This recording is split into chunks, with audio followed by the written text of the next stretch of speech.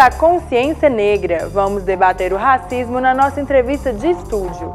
Feira de adoção de cães e gatos, Movimento Campus Pampulha e ainda hoje, Seminário América Latina, vagas de estágio e o Fica a Dica sobre reciclagem. É agora no Circuito FMG.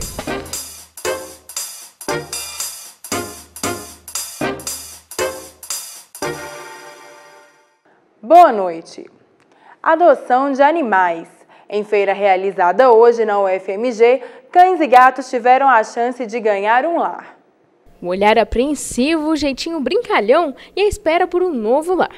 A Feira da Solidariedade levou para a Fafiche 15 cães e 40 gatos abandonados. A doação de animais surgiu com o problema que tem em todas as cidades grandes, do abandono e de a proliferação de animais e das zoonoses em todo o centro urbano de grande porte, tem esse problema. E as ONGs vêm tentando remediar a situação aos pouquinhos. A feira foi promovida pela ONG Basta Adotar, um grupo de controle de zoonose que inclui entre as atividades o recolhimento, castração, vacinação e encaminhamento para adoção de animais abandonados. No evento dessa quarta, os bichinhos saíram com um novo dono e um pingente de identificação. Quem passou pela feira aprovou a iniciativa. Eu acho muito bacana, tem muito animal que eu preciso de casa, tô vendo que os cachorros são os cachorros maiores, que são os mais difíceis mesmo de serem adotados. Eu acho muito interessante, eu acho bacana mesmo. Lá em casa, como eu falei, minha mãe é protetora, a gente já tem 8 já adotamos 8. Então deixa a recomendação aí, pode adotar, 1 ou 2 é pouco, gente. Dá para chegar até uns 8, 10 de boa. A diversidade cultural na América Latina é o tema de seminário na UFMG. O evento começou hoje e termina nesta sexta. O seminário é uma importante contribuição para o recém-criado Centro de Estudos Latino-Americanos da UFMG e contará com mesas redondas, palestras e mesas de discussão. Para falar sobre o assunto, eu converso com a professora do Departamento de Comunicação e uma das coordenadoras do evento, a Ângela Marques. Professora, então, de que forma que a América Latina vai ser debatida nesse seminário? O seminário, então, pretende debater com pesquisadores que estudam cultura e mídia na América Latina. O nosso intuito é de criar uma rede de colaborações a partir das apresentações que vão ser feitas aqui entre os dias de hoje e até sexta-feira. E a partir, quais mesas a senhora destacaria? São muito importantes todas, mas quais os assuntos vibrantes desse seminário, professor? Eu acredito que as mesas que vão acontecer no dia de amanhã são muito importantes, A primeira delas vai discutir resistência e autonomia na América Latina, destacando pesquisas aí na Colômbia e no México. No México, as rádios zapatistas e na Colômbia, o movimento musical de jovens negros. Na parte da tarde nós teremos uma mesa de discussão metodológica, como pesquisar cultura e mídia na América Latina, dimensões mesmo empíricas da prática dos pesquisadores. E na sexta-feira pretendemos convidar todos para fazer parte de uma discussão, de uma mesa aberta, para discutir possibilidades de colaboração e intercâmbio entre pesquisadores que estudam a América Latina. Ok, professora, parabéns pela iniciativa, muito obrigada pela entrevista. Obrigada a você. E as mesas, palestras são todas abertas e as inscrições podem ser feitas, inclusive, antes de cada evento. Janaína Coelho, para o Circuito FMG. As informações completas sobre o seminário você confere na página facebook.com/celacult. Nesta sexta, o dia é da reciclagem. Por isso, Fica a Dica traz recomendações sobre como reciclar. Hoje, o tema é plástico.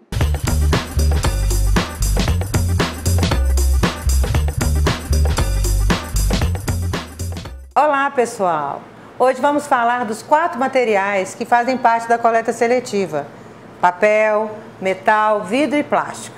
Pois é, papel, metal e vidro são produtos, são materiais que a gente tem uma ampla e vasta condição de reciclagem. Todos eles são fáceis e tem também um mercado para reciclagem. Agora o plástico, gente, nós precisamos pensar. Tem muita coisa plástica, muitas embalagens plásticas que não tem ainda um mercado para reciclagem. Vamos pensar, vamos fazer um consumo consciente para ver o que realmente a gente está consumindo e levando para a nossa casa. Evite usar embalagens plásticas. Na dica de amanhã, os parceiros da coleta seletiva. Não perca! Agora é a hora das vagas de estágio com Luana Arcuri.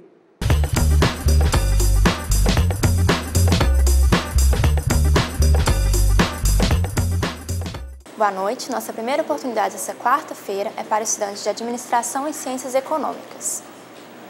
O estagiário vai ajudar na estruturação e organização do conteúdo da empresa, mapear as bases de pesquisas e portais de notícias. É desejável ter inglês básico. O horário de trabalho é das 9 da manhã às 4 da tarde.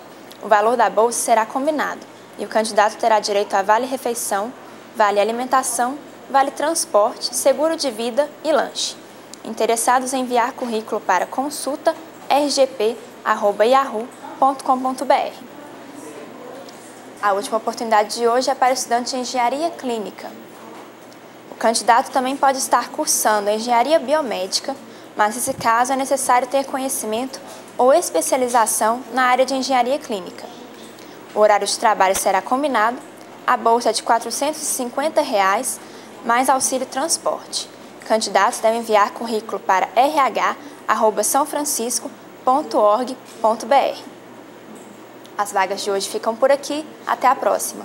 Hoje é o dia da Consciência Negra. A data foi escolhida para homenagear Zumbi, líder do Quilombo dos Palmares. Apesar dos avanços e das ações afirmativas, o racismo ainda existe no Brasil e é presente no dia a dia de grande parte da população. Para conversarmos mais sobre o tema, nós vamos receber o presidente do Comitê Científico do Centro de Estudos Africanos da UFMG, o professor Luiz Alberto Oliveira Gonçalves. Boa noite, professor. Boa noite. Professor, qual a importância de datas como o Dia da Consciência Negra para a sociedade?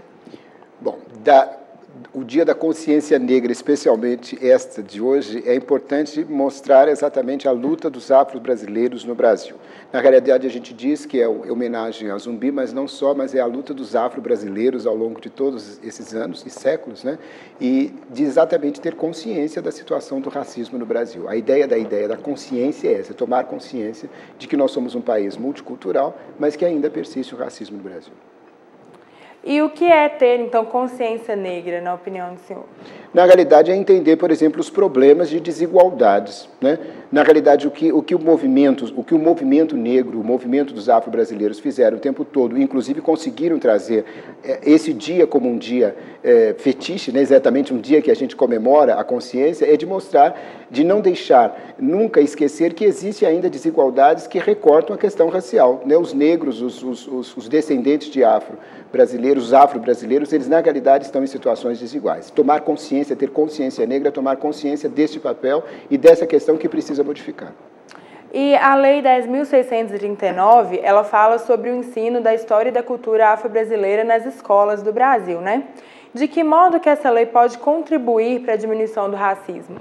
Bom, ela pode contribuir muito, mas na realidade vai levar muito tempo para fazer isso, porque na realidade a lei a Lei 10.639, ela também foi resultado da luta dos afros brasileiros. Na realidade, precisa entender que a lei não caiu do céu, não foi o governo que fez essa luta. É claro que passou pela Câmara, passou pelo Congresso, mas foram os movimentos sociais que impuseram essa lei. A ideia é de que ela deveria trazer para dentro dos contextos escolares, contar realmente a história, não só a história dos africanos, né? Não contar a história africana só baseada na escravidão, porque esse é um grande problema das escolas. Quando fala da África, fala da escravidão, e esquece que a África, quando veio para o Brasil, ela tinha civilizações importantes e que essas civilizações construíram esse país. Quer dizer, na realidade, quando se construiu, por exemplo, toda a lavoura nesse país, havia saberes que estavam produzidos ali, essas pessoas fizeram. Então, contar um pouco a história é essa daí e também o que os afro-brasileiros fizeram ao longo desse período. Ok. E quais os aspectos bons e ruins das cotas raciais?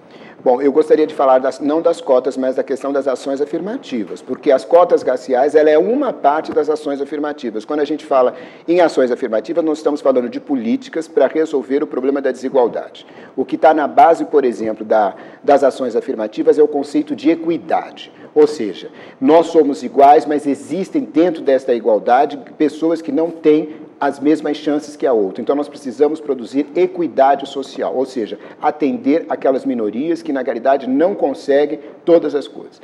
A ideia das cotas é isso, ela é uma política de ação afirmativa e a ideia é de que ela deve existir até resolver esta igualdade. Ela não pode ser uma política que vai existir para o tempo todo. Eu espero que em algum momento a gente não precise mais ter uma política de cota, porque nós vamos ter toda essa população que quiser estar na universidade, estar dentro da universidade e ter chance de estar lá. Ok, e eles falam que o racismo, assim, existe um conceito que o racismo é uma falta de informação. Na opinião do senhor, qual a informação que falta para acabar de vez com o racismo? Eu não sei se, por exemplo, o racismo é uma falta de informação. Na realidade, o racismo, ele faz parte, por exemplo, o racismo no Brasil, ele faz parte um pouco da nossa cultura, né? Quer dizer, na realidade, existe, por exemplo, uma mentalidade, nós não podemos esquecer que o Brasil é um país que se constituiu inicialmente com uma situação escravista, quer dizer, na realidade, os afros brasileiros descendem de pessoas que foram escravizadas. O final da escravidão não significou que a gente abandonou, por exemplo, essa forma de imaginar, de pensar o outro em termos de inferioridade. Então, eu não sei se é falta de informação.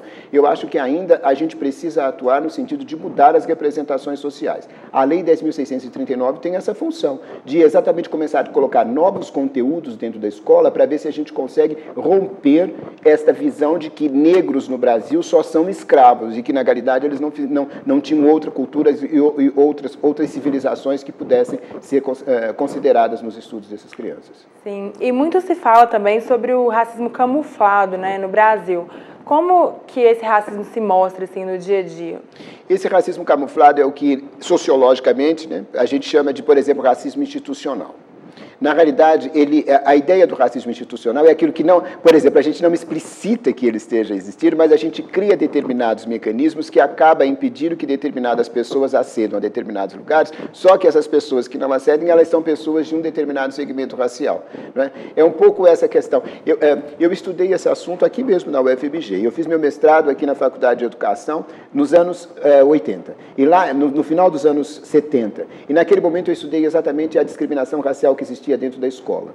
Na verdade, naquele momento, as pessoas não conseguiam dizer que tinha discriminação lá dentro, embora ela existisse. Havia uma discriminação que ficava velada, mas as coisas estavam na relação, às vezes, entre o professor e o aluno. Nos materiais didáticos tinham coisas que eram depreciativas em relação aos negros. Então, isso é o que a gente chama de um racismo velado.